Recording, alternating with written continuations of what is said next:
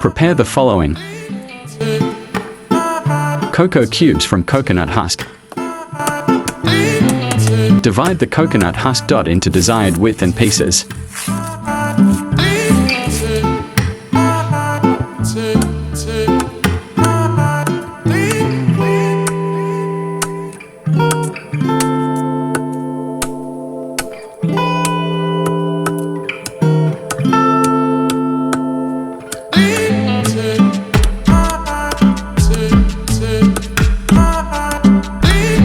Do this until desired amount dot is achieved.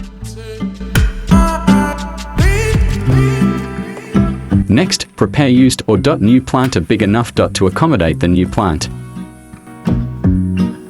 Mix all the ingredients. Mix cocoa cubes and rice hull. Add garden soil. Mix all the ingredients thoroughly. Once done mixing, it's time to PU the soil mix in the planter. Place some big cubes at the bottom. Now, add the soil mix. Do not fill just yet because we are going to transfer the ZZ plant. Carefully remove the baby ZZ from its old container.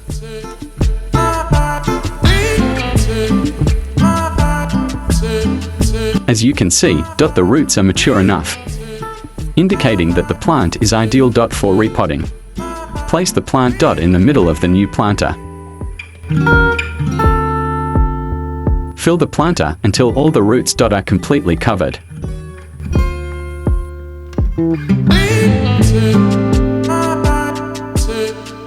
Repotted ZZ plant should look like this.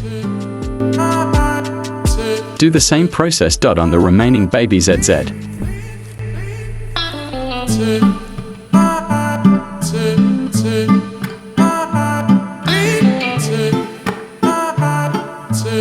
Now, we are done. But wait! Wait for 3 days before watering.